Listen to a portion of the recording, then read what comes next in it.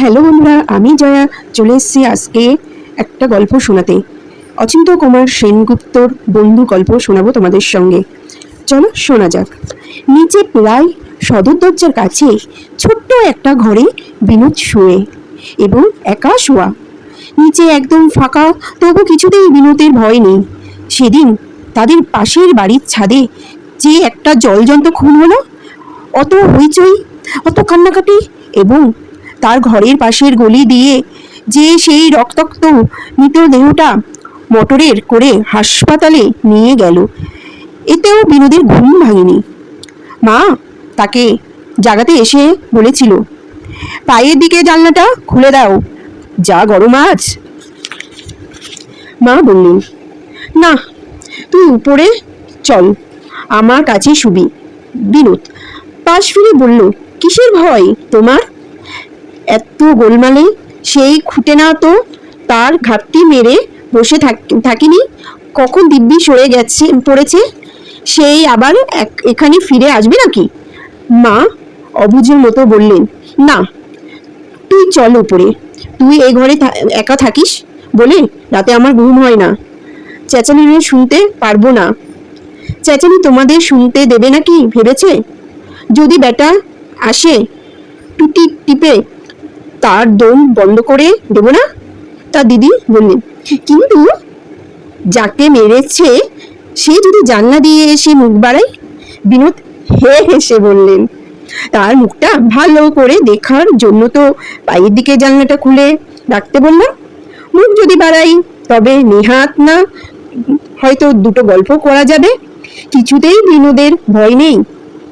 তার স্কুলের বন্ধু যতই ষড়যন্ত্র করে তাকে ভয় দেখাবার চেষ্টা করে, রাতের বেলায় জানলা দিয়ে হাত বাড়িয়ে মশারি দড়ি নেড়ে ঢিল চুড়ে বিকট স্বরে হরিবোল দিয়ে চাকরের হাতে পয়সা গুজে দিয়ে দরজার খিলে এর তক্ত পোষের তলায় গিয়ে লুকিয়ে গো গো করে টুকঠাক দুম দুম শব্দ করে। কিন্তু বিনোদের সেই ঘুম, যেই ঘুম সেই ঘুম। শেষকালে আশলার উৎপাতে ওরাই বের আসতে পথ পায় না। গায়ে ঠেলা দিয়ে জাগিয়ে বলে, কিছুতেই তোকে ভয় দেখাতে পারলুম না বিনোদ। বিনোদ হেসে বলে, দুবেলা যে নিয়মিত ডন বৈঠক করে তার আবার ভয় কি? খেয়ে হজম করি আর গভীর করে ঘুমাই। শেষকালে অভয়কে বলতে হয়, একা একা ফিরে যেতে আমারই এখন ভয় হচ্ছে। বিছানা থেকে ঝটপট লাফিয়ে উঠে বিনোদ বলেন, চল তোকে বাড়ি পর্যন্ত এগিয়ে আসি। রাত তখন প্রায় 12টা, রাস্তাঘাট নির্ঝুম। বিনোদ তার বিছানায় অসরে ঘুমাচ্ছে। এমন সময় সদরজোড়া কড়া নেড়ে উঠল। কে যেন গলা খাকিয়ে ডাকলো, বিনু। সাধারণত এত সহজে বিনোদের ঘুম ভাঙে না, কিন্তু সেই অপুষ্ট কণ্ঠর ডাক শুনে চট করে তার ঘুম ভেঙে গেল।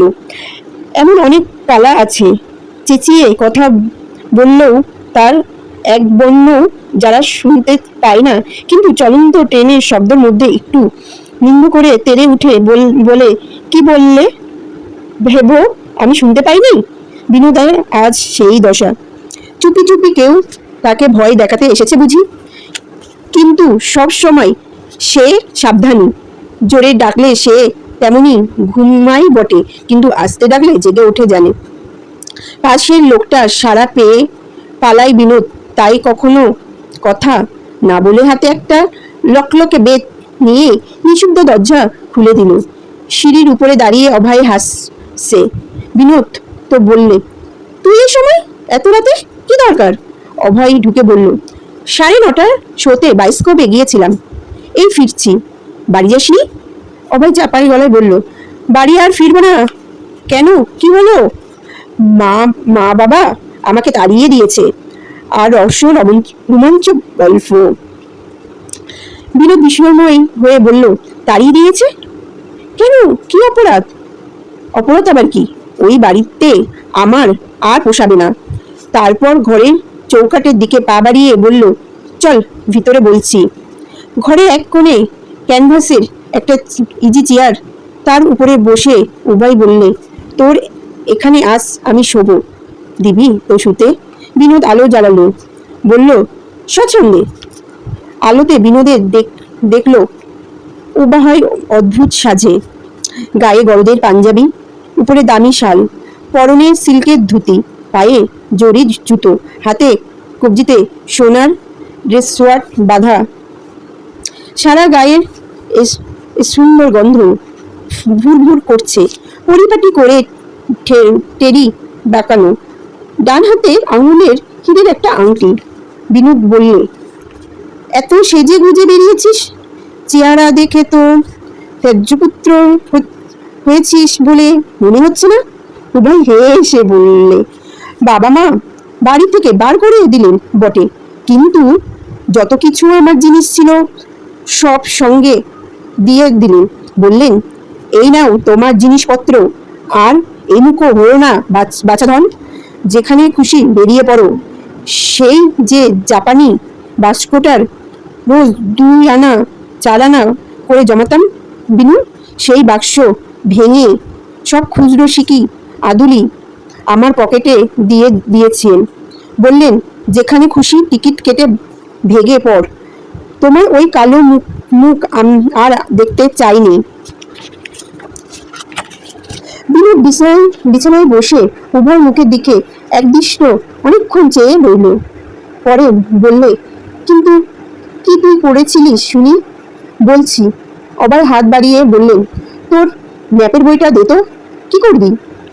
একটা জায়গা খুঁজে বের করব, খুব দূরে, যেখানে মানুষ সহজে যেতে চায় না। ধর গ্রিনল্যান্ড, বছর 6টা মাস, যেখানে রাত কঠিন বরফের দেশ। পড়িসনি ভূগোলে? বিনোদ হেসে উঠল, বললেন, কিন্তু পকেটে মাত্র তো কয়েকটা টাকার খুচরো দেখতে পাচ্ছি, ওই নিয়ে তুই গ্রিনল্যান্ড যাবি? টেবিলের উপর আইল্যান্ডসটা পড়েছিল, সেই হাত দিয়ে তুলে নয়ে ওবায়ের পাতা উল্টাতে লাগলো। বলল, এমন জায়গায় যাব যেখানে যেতে ভাড়া লাগে না। বিনোদ হেসে বললেন, আপদ দেখেছি, সে তো আমার শোবার ঘর। তুই পাগলামি করিস না ভাই, চল তোকে বাড়ি রেখে আসি। বাবা বকে থাকেন, এখন নিশ্চয়ই ব্যস্ত হয়ে তোকে খুঁজে বেড়াচ্ছে। অভয় বললে, খুঁজুন গিয়ে, কিন্তু একবার যখন বেরিয়েছি আর আমি ফিরছি না। জাহাজে করে আমি স্পেনে যাব, যেখান থেকে কলম্বাস এর মতো নতুন মহাদেশ আবিষ্কার করতে বেরুব। জাহাজ না পাই, সঙ্গী নাই জোটে, তবুও আমি পিছু পা হব না। নে আলোটা নেভা, আজ রাতটা তো এখানেই ঘুমাই। বিনোদ বলল, আমার বিছনায় উঠে আয়, দুজনে খুব ধরবে। উভয় বললে, না না, আমি চিত হয়ে আরাম করে শুইতে পারবো না, আমার মেরুদণ্ড খুব চোট লেগেছে। এই বেশ, ঘুমাতেই পারবো এখানে, একটা বালিশ এগিয়ে দে দেখি। বলে সে নিজের আলো নিভিয়ে একটা বালিশ টেনে পিঠের তলায় রেখে আবার বলল, নে তুই এখন শুয়ে পড়, ঢের রাত হয়েছে, কাল ভোরে উঠে চা খেতে খেতে না হয় কর্তব্য ঠিক করাই যাবে। বিনোদ বললে, এমনই তোর ঘুম আসবে হতভাগা, উঠে আয় উপরে। অন্ধকারে উভয় খিল করে হেসে উঠল, বলল, পাগল, ঘুম আসবে না নাকি? স্কুলের বেঞ্চের উপরে দাঁড়িয়ে আমি পর্যন্ত ঘুমাই, আর এ তো দিব্যি মোলায়েম একটি চেয়ার। কলম্বাসের মতো যে দেশ জয়ী বেরোবেন, তাকে খালি গায়ে শীতের রাতে শুকনো কাঠের উপর শুলে বিমান দেখাবে না? থাম, তোকে আর বকবো না, ঘুমা। বিনোদের একটুও ঘুম এসেছে, কিন্তু অনেকক্ষণ চুপ করে চোখ বুজে থেকেও কিছুতেই আজ তার ঘুম এলো না। উভয়ের সঙ্গে আরো খানিকক্ষণ গল্প করা যাক। চোখ না মেলে ডাকলে উভয় কোনো সাড়া নেই। মেরুদণ্ডে চোট পেয়ে ঘুমের তার এক বিন্দু ব্যাঘাত হয়নি। আবার ডাকলো উভয়। সেই অন্ধকারে কালো রাত্রি আর হলো নিঃশব্দতা। বিনোদ লাফিয়ে উঠে বসলো। ঘরে কেউ নেই। ম্যাপের খাতাটা মেঝের উপর উল্টানো, চেয়ারের উপরে বালিশটা কুঁচকে পড়ে আছে, দরজাটা খোলা। বিনোদ ঘর ছেড়ে সদর দরজার কাছে এলো। সদর দরজাটা দুফাক। উভয় আবার কখন দরজা খুলে বাইরে গেছে। দুষ্টু ছেলে, তাকে ভয় দেখাবার নতুন ফন্দি করেছে বুঝি। কিন্তু বিনোদ দমবার পাত্র নয়। গরম কোটাটা গায়ে দিয়ে রাস্তায় নামলো। কোথাও একটা জনপ্রাণী নেই। নিজের দ্রুত সশব্দে নিঃশ্বাস ছাড়া একটা সামান্য শব্দও সে শুনতে পাচ্ছে না। আর আরো রহস্য রোমাঞ্চক গল্প এবার সে দেখলে উভয় মুহূর্তের মধ্যে তার খুব কাছে খিলখিল করে কে জোরে হেসে উঠল এবং সেই খণ্ড খণ্ড হাসি ঢেউ নামিয়ে চোখের সামনে ভেসে উঠল উভয়। বিনোদ বললে, কোথায় গিয়েছিলিস? বা এইখানে তোর পাশে তো দাঁড়িয়েছিলাম। ঘরের মধ্যে ভীষণ গরম।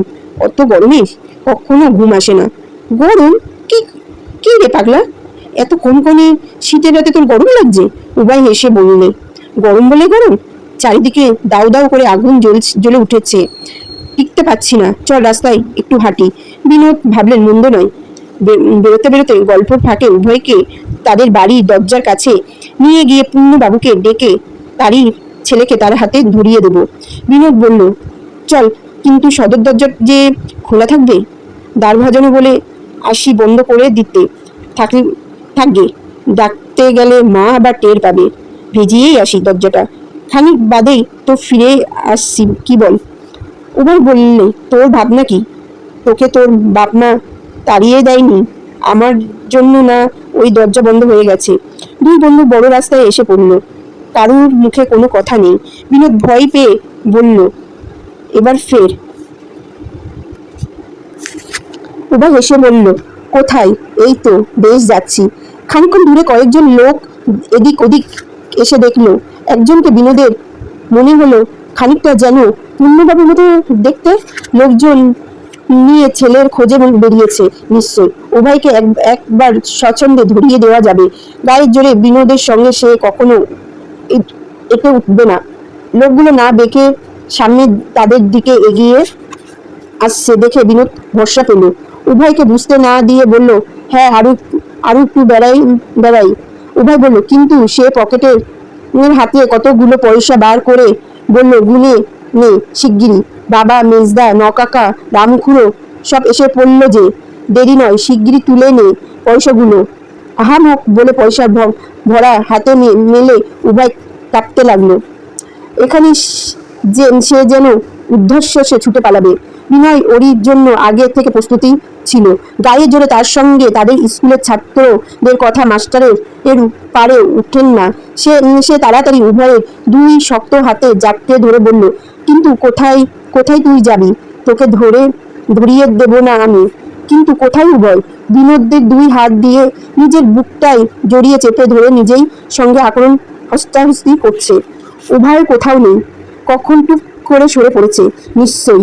পাশের গলি দিয়ে এখনো ছুটলে তাকে ধরা যাবে। দেখতে দেখতে পূর্ণবাবু দলবল নিয়ে কাছে এসে পড়লেন। বিনোদ তখন ফুটপাতে দাঁড়িয়ে ঠকঠক করে কাঁপছে। পূর্ণবাবুকে দেখে তার বুকে বল এলো। সে এগিয়ে গিয়ে বলল, আপনারা উভয়কে খুঁজতে বেরিয়েছেন? পূর্ণবাবু তার দিকে ফ্যাল ফ্যাল করে তাকিয়ে রইল। বিনোদ বলল, সে এই গলি দিয়ে পালিয়েছে। আসুন আমার সঙ্গে। খুব জোর ছুটলে এখনো তাকে ধরতে পারবে। আমি আমি তখন তাকে জাপটিয়ে ধরে রাখতে পারলুম না। খুব জুসুর প্যাচ শিখিয়েছে। যাই হোক, আপনারা কেউ ওর দিক দিয়ে ঘুরে যান, আমি এই দিক দিয়ে যাচ্ছি। এখানে কোথায় লুকিয়ে আছে নিশ্চয়। পূর্ণবাবু হঠাৎ তাকে বুকে জড়িয়ে শিশুর মতো ভ্যাও ভ্যাও করে কেঁদে উঠলেন। বললেন, কই আমার উভয়? ওই দেখো বলে চারজন কাঠ থেকে তিমিত একটা খাটিয়া পানে ইঙ্গিত করলেন। বিনোদ কিছু বুঝতে পারলেন না। খাটিয়ার উপরে লম্বালম্বি কি একটা জিনিস আগাগোড়া ঢাকা। কে একজন বললেন, আজ বিকালে মোটর চাপা পড়ে মারা গেছে। বিনোদ সমস্ত গায়ে একটা ঝাঁকুনি দিয়ে বলল, মিথ্যা কথা। সে এতক্ষণ আমার সঙ্গে বসে গল্প করলো। দুজনে বেড়াতে বেরোলাম। কেন আমি মিছিমিছি ভয় দেখাচ্ছেন? সে বললে, আপনারা তাকে তাড়িয়ে দিয়েছেন। সে স্পেনে যাবে।